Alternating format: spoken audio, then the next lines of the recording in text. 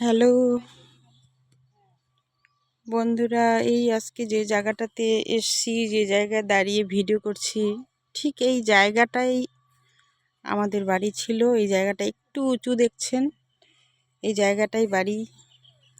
এই যে সুপারি গাছগুলো, মানে এখানে চা পাতা বাগান লাগিয়েছে ঠিকই, কয়েকটা সুপারি গাছ এখনও রেখে দিয়েছে।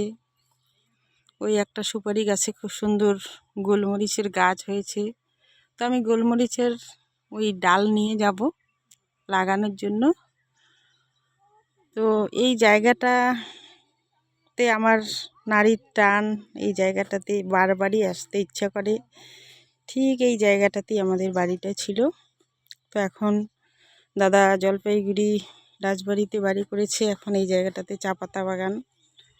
এই যে চা পাতা বাগান, চারিদিকটা দেখাচ্ছি, চারিদিকটা চা পাতা বাগান। দাদা এখন জলপাইগুড়ি রাজবাড়ির বাড়িতেই থাকে।